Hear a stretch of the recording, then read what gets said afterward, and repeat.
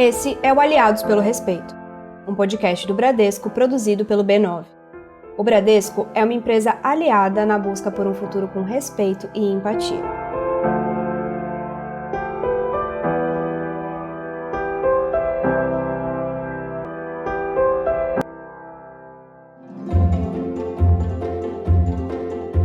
Eu amo dar aula. Não, sério, não é só o meu trabalho ou só uma coisa que eu gosto de fazer. Eu amo dar aula. Eu sou professora na rede pública há 8 anos. Trabalho aqui em Jundiaí, em uma escola de ensino fundamental. Eu dou aulas de português e de projeto de vida e também sou docente de apoio. Meus alunos? Os meus alunos são lindos, todos eles. Lógico, tem sempre um ou outro que acaba sendo um desafio. Nem sempre é muito fácil manter uma turma inteira sob controle. Mas depois de um tempo a gente pega o jeito. Mas o que eu mais gosto na minha profissão de longe é o trabalho com educação inclusiva. É receber alunos com diversidade, é conviver com a diferença. E isso enriquece a minha, enriquece a escola e ao ensino como um todo. Quer saber como? Então olha só. Não faz muito tempo eu estava dando aula para uma turma de 8 anos de idade, do Fundamental. Estava explicando a Pangeia. Você lembra o que é ou melhor a professora refrescar a memória? Vamos lá, então. Pangeia é o nome dado ao bloco único de terra em que um dia os continentes todos já estiveram unidos. Depois, com o movimento das placas tectônicas, esse bloco foi se separando até termos os continentes no lugar que temos hoje. Lembrou agora? Pois então, ali eu não estava lembrando ninguém de nada. Eu estava apresentando esse conceito para as crianças. Estava apresentando que os continentes se movimentam, que um dia estiveram todos juntos. E foi aí que um dos alunos com deficiência da sala, com paralisia cerebral, se queixou de não estar entendendo. Ele dizia assim, não consigo imaginar como passa de um jeito para o outro. Nessas horas, tem ao menos 2 jeitos de encarar essa situação. O primeiro, infelizmente ainda muito comum, é afirmar que o aluno com deficiência tem dificuldade de aprendizagem, que o ensino é grande demais para ele, que ele acaba atrasando o ensino das outras crianças e desistir.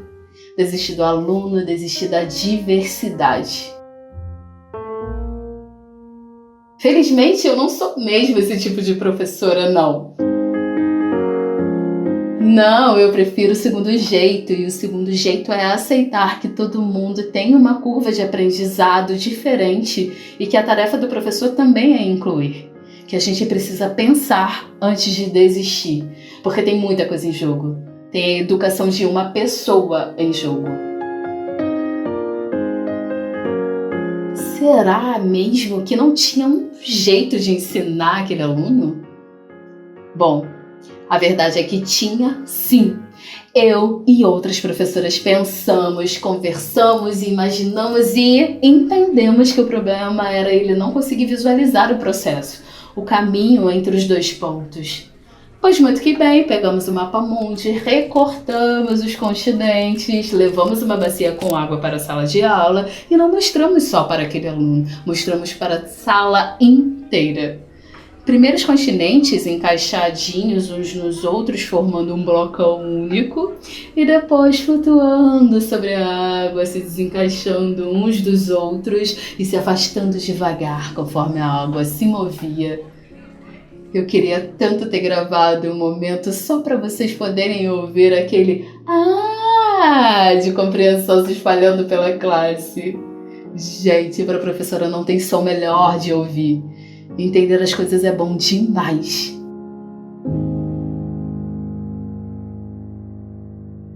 E não foi só aquele aluno que ganhou com isso.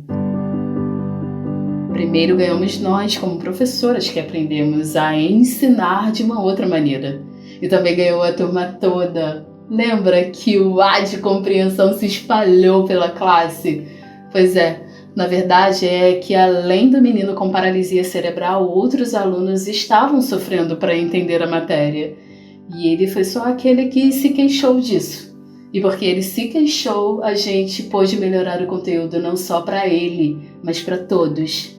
A inclusão é assim, ela melhora a vida de todo mundo. E na escola, dentro da sala de aula, a inclusão é mais importante que em qualquer outro lugar.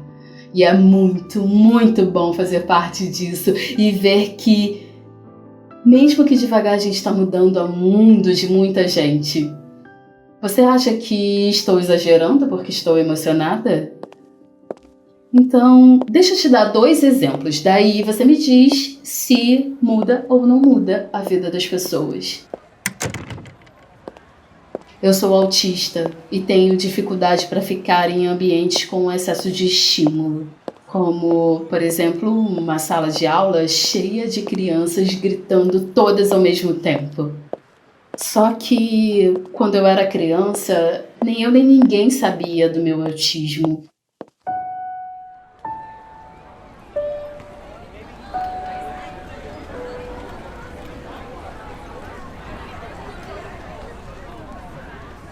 Quando o barulho da sala ficava insuportável para mim, eu simplesmente saía correndo. Fugia mesmo, ia pro corredor e ia atrás de mim e a professora brava me dar bronca e dizer que eu tinha que ficar na sala. Não foi fácil.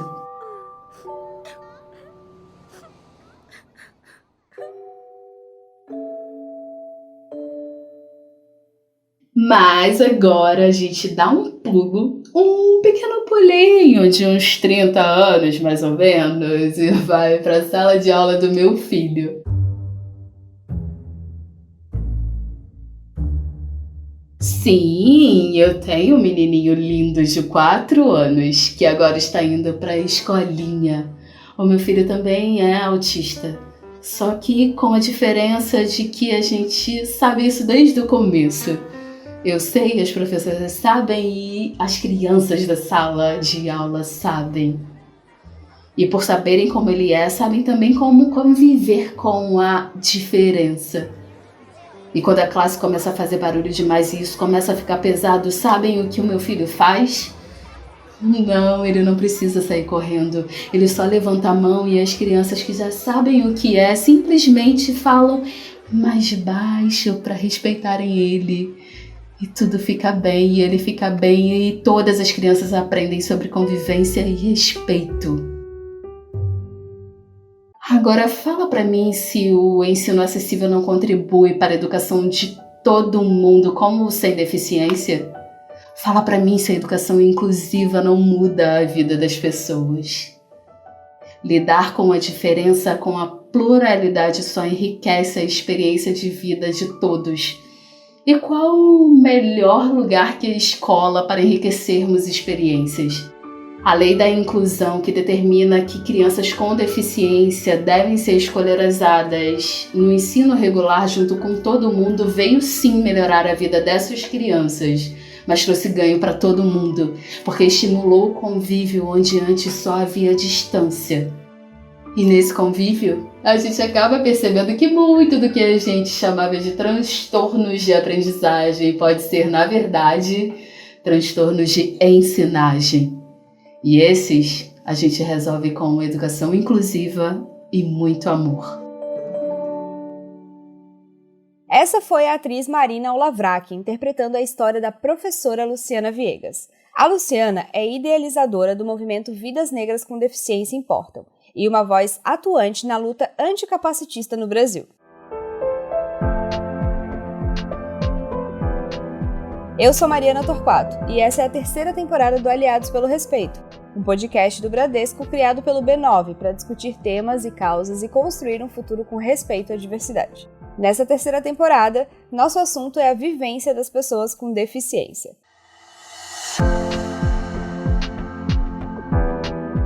No episódio passado, a gente abordou a importância da acessibilidade e hoje é a vez de falarmos sobre educação inclusiva. No mundo todo, as pessoas com deficiência são 15% da população. Somos 1,2 bilhões de pessoas. E de acordo com a consultoria Accenture, a comunidade com deficiência pode ser considerada a terceira potência econômica do planeta, com potencial para movimentar 8 trilhões de dólares por ano. Por outro lado, falta acesso da comunidade com deficiência à educação inclusiva e de qualidade. Dados da Unicef revelam que existem mais de 93 milhões de crianças com deficiência em todo o mundo. Quase metade delas está fora da escola. A outra metade está na luta pelo direito de frequentar a escola regular e não ser tratada com discriminação. E é para falar sobre a importância da educação inclusiva que hoje eu recebo a própria Luciana Viegas, professora, ativista e estrela da nossa história de hoje, e o Ivan Barão, influenciador digital e ativista pelos direitos das pessoas com deficiência.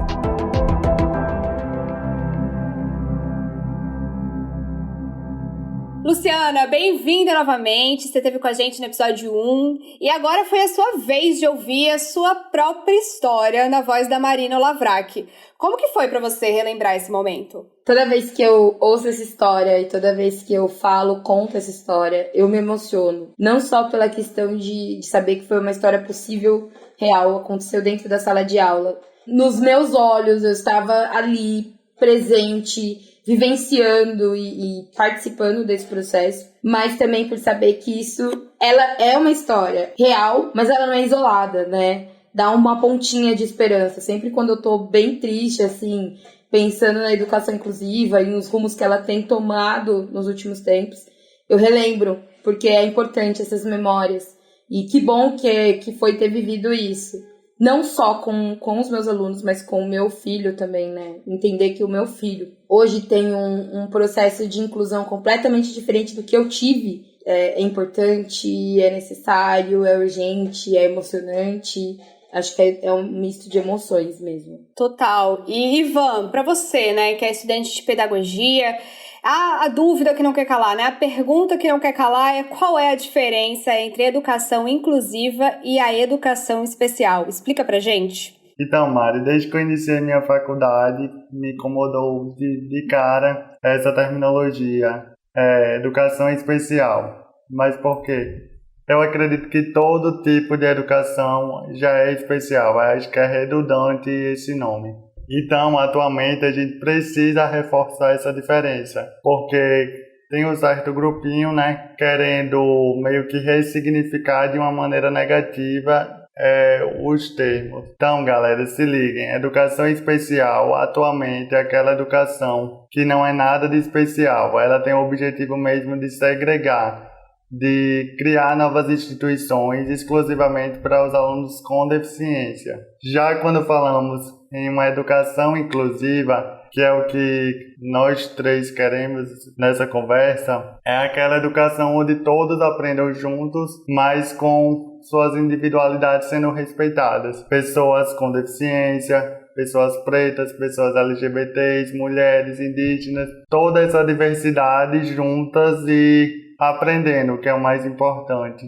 De especial, essa educação não tem nada, né? Porque a escola deveria ser lugar de gente, a gente não deveria ter diversas escolas para diversos tipos de gente, né? Quando a gente para pra pensar nisso, não faz nem sentido. Mas eu queria saber mais sobre como que foi a experiência de vocês na escola, né? Porque na época que vocês e que eu estava na escola, a gente ainda não tinha essa lei, essa legislação que a gente tem atualmente sobre a educação inclusiva. Então, eu queria entender se vocês tiveram uma atenção para o desenvolvimento de vocês, se vocês tiveram acessibilidade, principalmente o Ivan.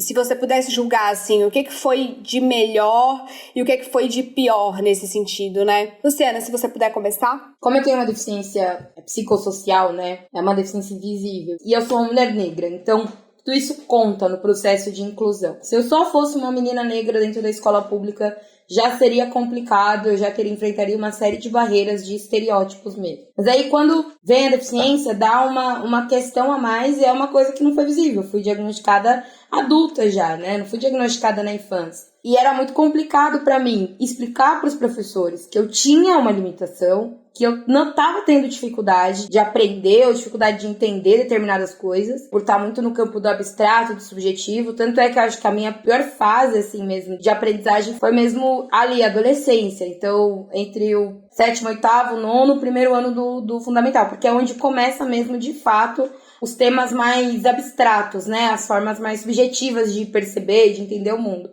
Então eu tive muita dificuldade de entender, de aceitar esse processo. Para além do autismo, eu também tenho altas habilidades, então era muito complexo para mim. Em algum momento, as barreiras eram complexas também. Então, em muitos momentos eu tinha muita facilidade, em outros eu tinha extrema dificuldade.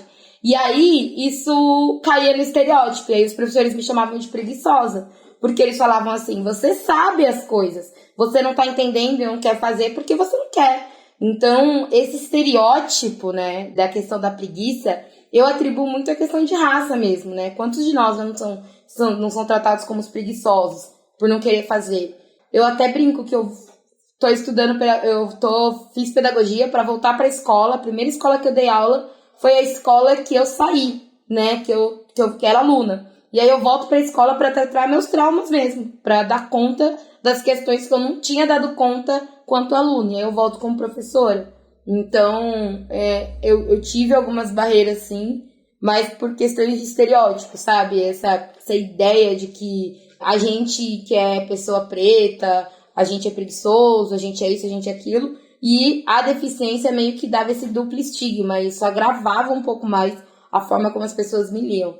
E como você não tinha o seu diagnóstico, então era só a questão mesmo da raça que influenciava essa ideia que as pessoas tinham, mas já existia deficiência ali, mas ninguém olhava pra ti e pensava, pode ser que ela tenha alguma coisa, mas já usava a questão da raça pra justificar, né? Eu sou uma pessoa que não tinha deficiência não sabia que tinha uma deficiência até os 25 anos, mas eu convivi com o capacitismo todos os dias da minha vida. Porque era a mesma pergunta. E pra mim ele tá transcrito nessa pergunta. Quando as pessoas vão me entender? Quando as pessoas vão me entender? Por que as pessoas não conseguem me entender?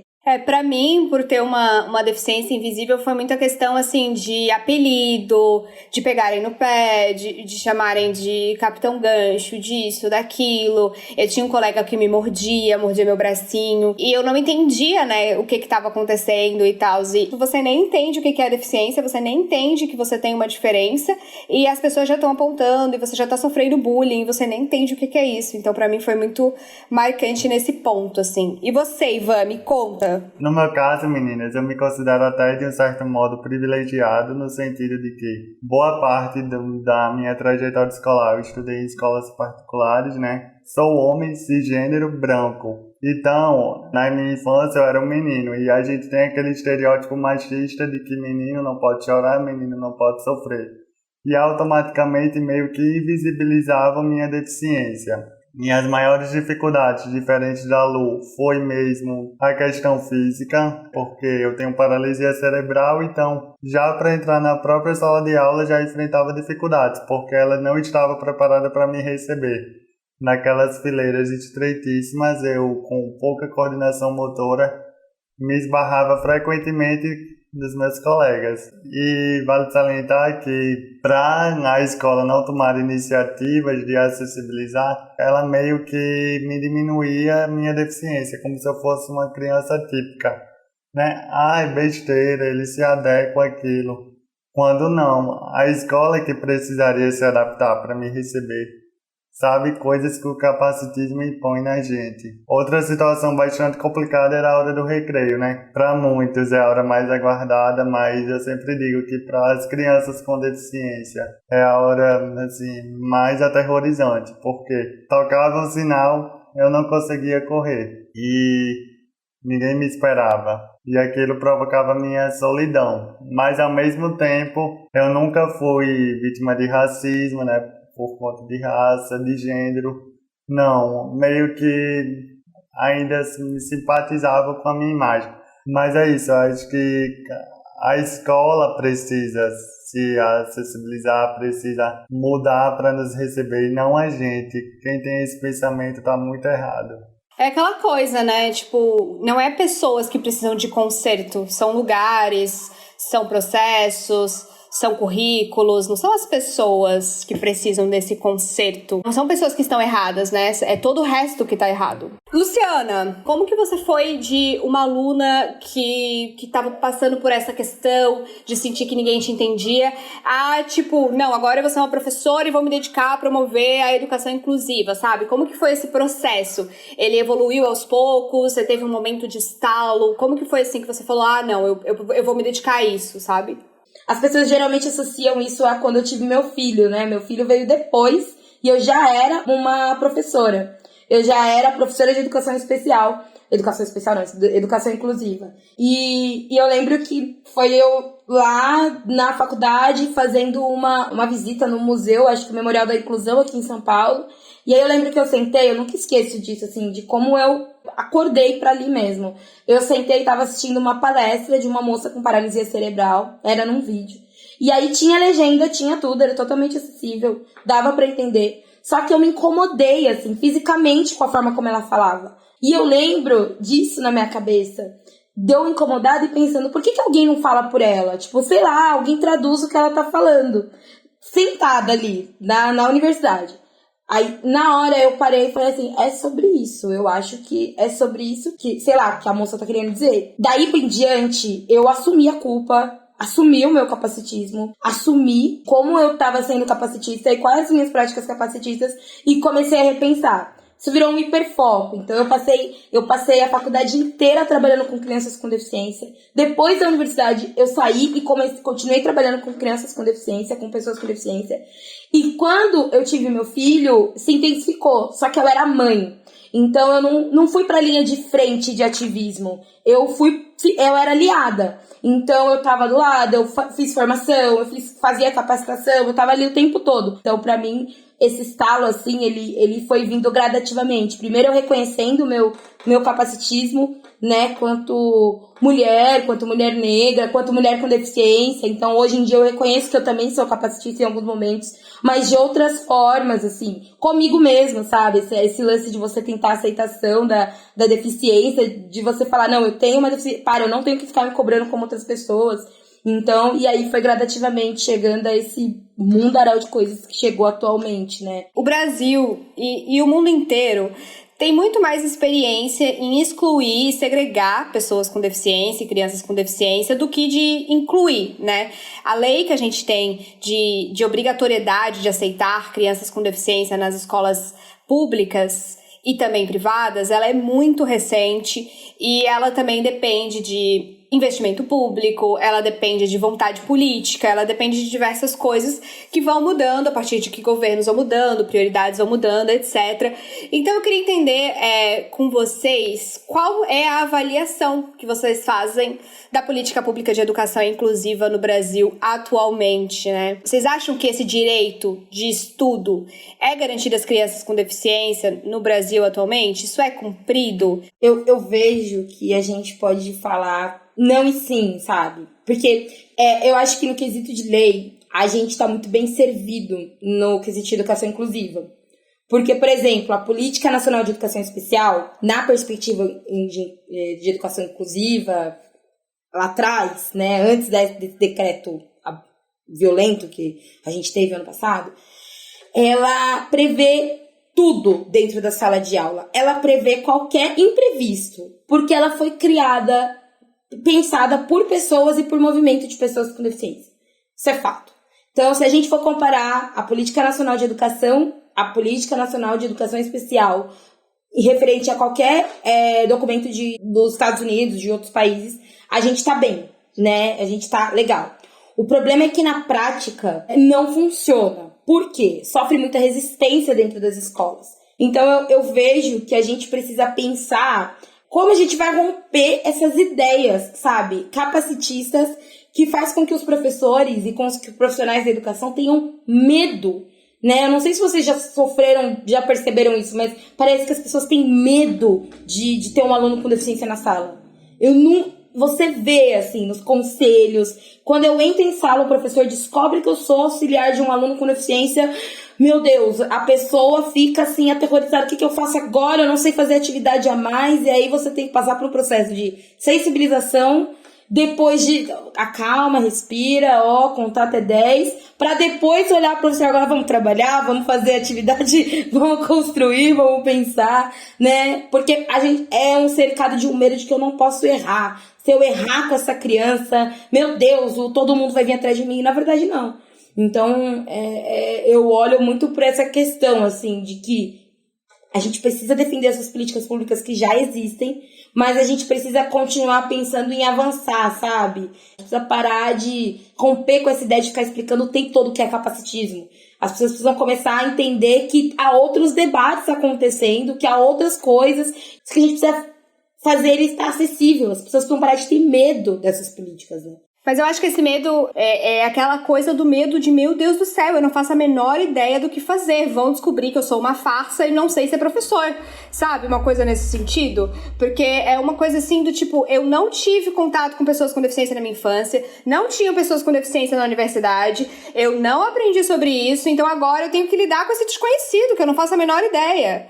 Então eu acho que vem muito disso, assim, da invisibilidade da pessoa com deficiência, da falta de convivência, que é o que a educação inclusiva traz, essa convivência desde pequeno. Então é isso que eu sinto, assim. E é muito importante isso que a gente tá conversando agora. Aliás, talvez você aí de casa que tá ouvindo a gente nunca tenha ouvido falar do decreto 10.502. Então, Lu, você pode explicar mais ou menos o que é esse decreto? Explico. É o terror da minha vida. Em maneiras curtas, em frases curtas, né? O resumo é esse. Mas é basicamente um decreto que foi instituído lá, que coloca a educação inclusiva, um checkmate. Na verdade, não existe mais educação inclusiva. Então, a gente direciona a educação especial para as escolas especializadas. Então, a gente dá 3 opções dentro desse decreto para as pessoas com deficiência e para seus familiares. As escolas especializadas, as classes inclusivas, se eu não me engano, nas escolas regulares, e as escolas bilíngues para surdos. Ou seja, não existe mais criança com deficiência dentro da sala de aula regular. Lá no decreto, inclusive, é previsto que a escola, juntamente com os profissionais, com a comunidade escolar, orienta e ajuda a família a decidir qual que é o melhor caminho. Qual que é a dificuldade, por exemplo, de uma escola especializada? A escola especializada é uma escola só para pessoas com deficiência. Geralmente, escolas especializadas têm um caráter médico. Então, as pessoas são geralmente, tem psiquiatra, a escola vira uma clínica. Então, tem psiquiatra, terapeuta e um monte de coisa. Por último, psicopedagogo que vai pensar em alguma coisa adaptada. Então, isso está fora de cogitação, porque não pensa educação e não pensa educação inclusiva. E as escolas bilíngue para surdos, que aí a gente tem um debate dentro da comunidade surda, que acha que é viável, porque afinal existe uma cultura da comunidade surda, a Libras, ela precisa ser não só a questão da língua mesmo, mas precisa trabalhar a cultura e tudo mais. Eu acho válido, mas eu não acho válido a gente pensar em escolas bilíngues. Eu acho que esse confronto de cultura é real, vai acontecer mesmo, mas eu também acho que a gente também não pode privar a sociedade de ter esse confronto. Uma hora isso vai ter que acontecer. Então, que seja isso de forma gradativa, mas que aconteça. Que a gente tenha Libras desde o primeiro ano, que a comunidade surda tenha o acesso, isso já está previsto na Política Nacional de Educação Especial. Então, já está previsto que a primeira, antes de se alfabetizar em português, precisa ser alfabetizado em Libras. Eu acho que o principal nesse decreto é que ele norteia a educação inclusiva, que ele chama de equitativa, como um processo médico. Então, para além dessas questões da escola especializada, tem lá centros clínicos, centros de reabilitação, e é dividido por deficiência. Então, imagina que sociedade surreal é essa que a gente está imaginando para o futuro, em que a educação passa por um processo médico, né? E aí eu vou deixar aqui, eu acho importante a gente pensar, né? A escola é um lugar para todo mundo. E é aquilo, acessibilizar a escola, né? Porque essa escola posta de agora, ela é feita para quem, afinal? Se a gente começar a tirar o que não dá certo de incluir, a gente vai tirando. E aí vai sobrar quem? Vai sobrar uma criança branca loira do século XX, do século XVIII, que foi para isso que a escola foi feita. E aí, trazendo um pouco para sensibilização, para ver se a gente consegue deixar um pouco mais, aberto esse debate, conta pro meu filho, que é autista, que tem 4 anos e que tem um amigo chamado Davi na escola, que ele não pode ser amigo do Davi, porque o Davi não sabe lidar com ele. Que a professora que ele tanto ama, que ele aprendeu a fazer o toque, e aí ele faz o toque, né, do e aí, bate a mão e fecha, não sabe lidar com ele. Como assim? Saber lidar com o quê, exatamente, né? Sabe lidar com gente, não sabe lidar com pessoa? Então, eu acho que esse decreto vem mesmo para provar e para mostrar que os nossos direitos nunca são garantidos. A gente tem que estar sempre lutando por eles. Não, total. Eu acho que é muito importante a gente entender que esse decreto ele vem com uma falácia de que ele traz apenas a escolha, né? E a única escolha que ele trouxe foi que é para as escolas negarem a matrícula dessas crianças, as escolas regulares, e falar, olha, a gente não aceita, mas tem aqui essa linda escola especial para o seu filho, né? Então é a única escolha que esse decreto trouxe. E eu acho que incluir ali a escola bilíngue dentro desse decreto foi sim uma grande forma de desmobilizar a comunidade de pessoas com deficiência como um todo, porque era uma coisa que era pedida pela comunidade surda e acabou que veio no meio de uma coisa que segrega outros tipos de deficiência. Enfim, foi uma loucura e ainda é uma loucura com um grande debate dentro da própria comunidade que não chega num acordo. A própria comunidade surda, inclusive, não chega nesse acordo, né? Você percebe Exato. que é essa questão. Mas eu acho que esses debates são importantes de se ter. Mas não junto exatamente no mesmo balde que um debate que coloca escola especializada como escola. Porque pra mim não é escola, é clínica de reabilitação. A gente tá colocando essas pessoas dentro de espaços de correção, entendeu? E aí quem sofre? Todos nós. Mas as pessoas, por exemplo, autistas, que já têm até terapias que, né, adoram pensar em corrigir o autismo, é um prato cheio pra gente começar a normalizar e, por meio de lei, violências. Isso é a coisa que mais fica na minha cabeça. A gente vai normalizar violências. Inclusive, o decreto não prevê, e aí é bom também deixar esse vínculo, o decreto não prevê, gente, ensino superior. Ele julga que nós, pessoas com deficiência, de uma forma muito capacitista, de que nós, pessoas com deficiência, vamos passar a vida toda dentro de uma escola especializada. Ivan, eu queria te fazer uma pergunta em relação, assim, você acha que, na sua opinião, a gente pode considerar esse decreto, o decreto 10.502, como uma medida de capacitismo estrutural? Sim, total. Me sinto bastante contemplado com a fala da Luciana. E claro, Mari, tá nítido, tá gritante que é uma medida de capacitismo estrutural, é uma medida de capacitismo médico, porque vai associar automaticamente deficiência à doença, como a Lu falou, são clínicas de reabilitação, vão tirar o direito da socialização, vão tirar o direito da diversidade, do convívio com as diferenças de nós, crianças, pessoas com deficiência. Além de que tem o capacitismo linguístico, a educação especial. Só reforça mais ainda a infantilização, o estereótipo de que somos especiais, né? Enfim, é um terror. Não tem como negar.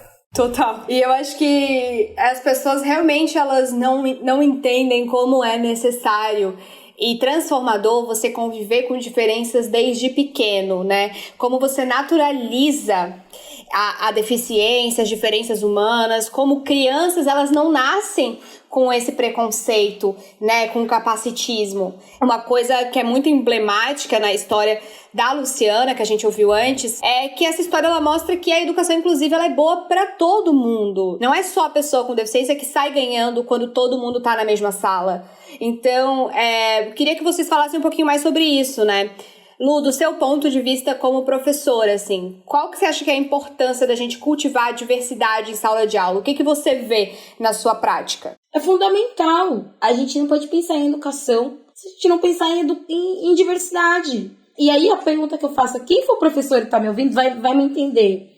Nosso patrono da educação é Paulo Freire. E aí Paulo Freire já dizia pra gente que não há forma da gente pensar a educação se a gente não entender as diversidades, as barreiras impeditivas que os nossos alunos enfrentam. Barreiras sociais, sabe? Mesmo também. E quando você traz a diversidade para a sala de aula, sua sala fica com mais conteúdo, fica rica, fica cheia de vocabulário. Os conflitos se dão ali. Na minha prática, por exemplo, eu brinco que a hora que eu entro em sala é hora de ser burro. aqui é o momento para vocês serem burros. E aí no sentido, sabe, da palavra bruto mesmo. Por quê? Por que eu falo isso? Porque eu quero que os meus alunos entendam que dentro da sala de aula é um espaço seguro para eles falarem qualquer coisa, inclusive coisas racistas, porque é ali que a gente vai desconstruir isso. Racista, capacitista, é ali. A responsabilidade é nossa quanto professor, desconstruir esse processo. E com muito afeto, porque nem todo mundo gosta de tomar porrada. Essa é a realidade, né? Quando a gente quer desconstruir na porrada, não funciona. Pensa numa sala em que um professor sem deficiência vai trabalhar sobre deficiência ou vai trabalhar sobre qualquer tema e o tema da deficiência surge. Se tem um aluno com deficiência contando a sua experiência, seja boa ou positiva ou negativa, já importa. E aí quando é positiva é mais legal ainda, porque aí as pessoas vão começar a ter acesso, entender, nossa, há outras formas de viver o mundo. Se a gente não trabalha a diversidade em sala de aula, a gente deixa de fazer educação. Contemplando, né, eu acredito muito que, sem dúvida nenhuma, se a gente está aqui hoje falando sobre educação inclusiva, falando sobre a luta de capacitista, é porque tivemos uma educação, não vamos dizer das melhores, mas tivemos uma educação regular, que a gente pôde nos desenvolver, nos socializar, e quando isso é retirado, a gente não consegue ir para frente, sabe? E é muito triste saber que as próximas gerações estão correndo esse risco.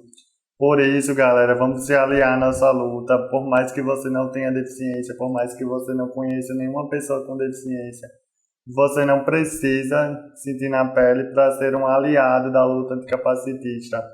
E um recado que eu deixo para as pessoas com deficiência é se empoderar mesmo, se apropriar da pauta, vir para a luta. Sabe, tentar saber, tentar estudar é muito importante. É isso, gente. Esse papo é muito importante, tem muita coisa que a gente pode conversar ainda sobre isso, mas hoje a gente fica por aqui. Quero agradecer vocês por terem tirado um tempinho do tempo de vocês, para ter esse bate-papo lindo, e espero que você que esteja ouvindo em casa agora tenha uma noção maior do que por que é tão importante a gente lutar por uma educação inclusiva.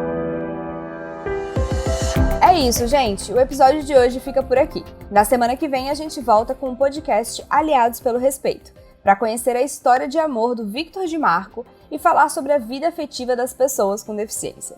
Para não perder esse e nenhum outro episódio, assine nosso feed aqui mesmo ou acesse aliadospelorespeito.b9.com.br. Até semana que vem.